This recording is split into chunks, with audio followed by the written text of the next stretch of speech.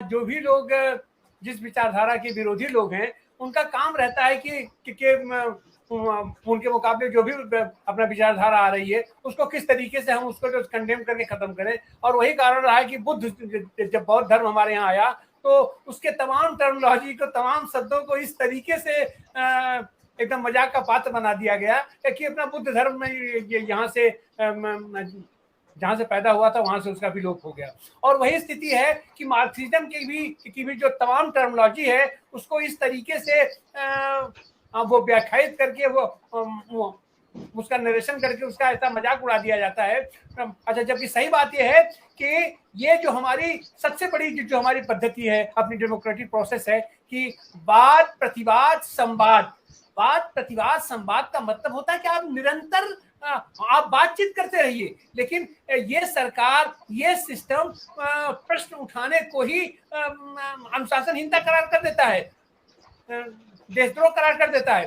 तो इसको, इस प्रक्रिया को, इस शब्दावली को जनता के बीच में सही तरीके से शिक्षित प्रशिक्षित करके लाने का काम तो सबसे ज्यादा हमारी कम्युनिस्ट पार्टियों का है या अपने समाजवादी आंदोलन का है, लेकिन वो लोग भी उस तरीके से इसको नहीं उठा रहे हैं। आज की तारीख में जब ब्राजील ने पूरा नेक टू नेक फाइट करके लूला वहां जिस तरीके से लड़ रहा है, ये अपने लैटिन अमेरिका के अपने देश लड़ रहे हैं, अपना सोवियत यूनियन, अपना सोवियत भी अपना प्रयास कर रहा है, चीन भी अपना प्रयास कर रहा है। तो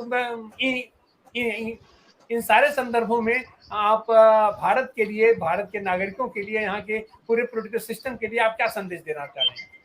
देखिए अरविंद जी, देखिए बड़ा अफसोस के साथ ही कहना पड़ता है, क्या कहें, दुर्भाग्य कहें, लेकिन मैं चूंकि साफ गोई से बात करने का आदी हूं, भले ही मैं कम्युनिस्ट पार्टी का लीडर हूं।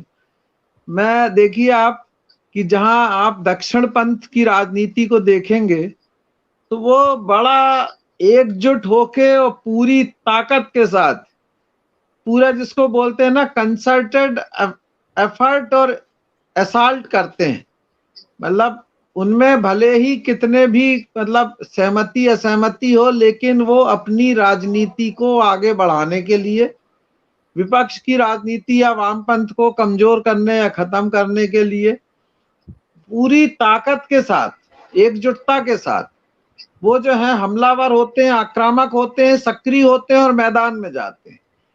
लेफ्ट की प्रॉब्लम, चाहे वो सोशलिस्ट हो या कम्युनिस्ट हो, उनकी प्रॉब्लम ये है, और ये प्रॉब्लम जो है क्रॉनिक हो गई, बढ़ती जा रही, घट नहीं रही है, बढ़ रही है, वो ये है कि वो सैद्धांतिक कितना मतलब बाल की खाल निकालें, कितना विश्लेषण करें, कितना एक दूसरे की पॉलिटिक्स को या उसको मतलब उसमें आलोचना या उसमें कमियां ढूंढें। रिवॉल्यूशन होगा तो किस तरह का होगा, पीपुल्स डेमोक्रेटिक होगा कि नेशनल डेमोक्रेटिक होगा कि डेमोक्रेटिक होगा, जो रूलिंग क्लास है उसका वर्ग चरित्र क्या है? वो तानाशाह है कि फासिस्ट है कि अधिनायकवादी है? इसी में अभी आप देखिए लेटेस्ट कि कविता कृष्णन ने जो है आइडियोलॉजिकल उसको लेके सीपीआई-एमएल से इस्तीफा दे दिया। बोले कि वो स्टालिन के बारे में जो रुख है पार्टी का वो सही नहीं है, स्टालिन ने सब किया। अरे भाई, स्टालिन ने किया, सबका मतांतर है, किसी का स्टालिन के बारे में सही है, लेकिन क्या उसको लेके आज भारत में जब फांसीवाद का खतरा है तो क्या हम लेफ्ट से अलग हो जाएं या पार्टियों को कमजोर कर दें कि स्टालिन की निंदा नहीं हुई या चीन में जो हो रहा है उसकी निंदा नहीं हो रही या चीन का रुख सही? मैं तो चीन के उसका खिलाफ हूं, मैं बोलता हूं, लेकिन क्या उसको लेके क्या हम उसको छोड़, अपनी पॉलिटिक्स को या अपने मूवमेंट को छोड़ दें? तो अगर हम मूवमेंट को छोड़ दे रहे हैं तो हम किसका भला कर रहे हैं, किसका फायदा पहुंचा रहे हैं? तो भारत में दिक्कत ये है कि आज सब बोल रहे हैं, CPI, CPM, CPM, LRSP, forward bloc, red star, socialist party, ये सब बोल रहे हैं, लेकिन जिस तरह दक्षिण पंथ पूरी एकजुटता के साथ, पूरी आक्रामकता के साथ अपनी पॉलिटिक्स को करता है, आज समय उस बात का है, आवश्यकता उस बात की, इस समय ये मतांतर और इस पे बहस और विमर्श ये करने के लिए समय जिंदगी पड़ी अगर आप सरवाइव कर जाएं तो। आज सर्वाइवल का क्वेश्चन है भारत में, डेमोक्रेसी की सर्वाइवल का सवाल है, संवैधानिक लोकतंत्र की सर्वाइवल का सवाल है, लेफ्ट मूवमेंट या वर्किंग क्लास मूवमेंट के सर्वाइवल का सवाल। पीजेंट्री की मूवमेंट की सर्वाइवल का सवाल। आज आप इन सब चीजों पे, हमारे पास एक समय में एक आए थे एमएल के एक लीडर हमसे बातचीत करने, और यही डिस्कशन, मैंने कहा कामरेड आप मेरे को इतना बता दीजिए कि ये लाल किले पे लाल निशान जो है आप जो बात कर रहे हैं और वर्ग चरित्र क्या है। हमने कहा कि अगर लाल किले पे लाल निशान फहराने की वाकई में जनता की इच्छा होती तो AB वर्धन या हरकिशन सिंह सुरजीत या कोई झंडा फहरा रहा होता ना, नरेंद्र मोदी या मनमोहन सिंह नहीं फहरा रहे होते।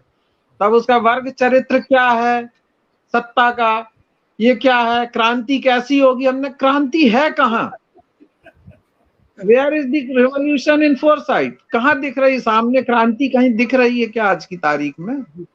वो क्रांति के लिए जो जमीन तैयार होना चाहिए थी, वो जो तैयार थी वही हमारे हाथ से काफी हद तक निकल गई है। तो आज की बेसिक नीड क्या है?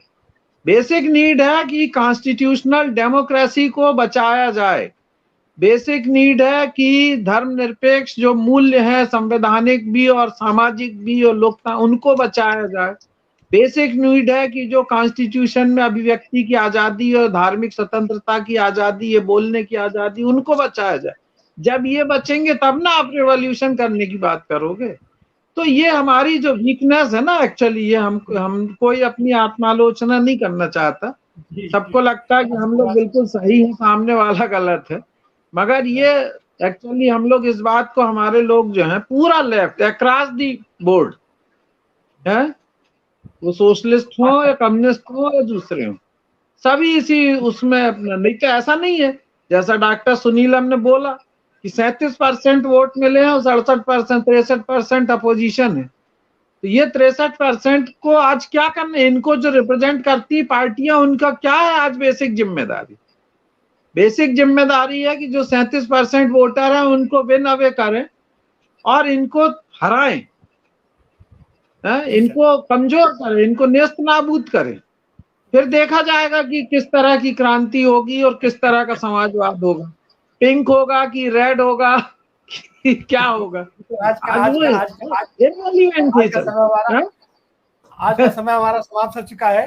अगले कार्यक्रम का भी हम लोगों ने 5 मिनट ले लिया है। तो आप सारे साथियों का बहुत बहुत आभार, बहुत बहुत धन्यवाद। हम लोगों का काम है बात करना, हम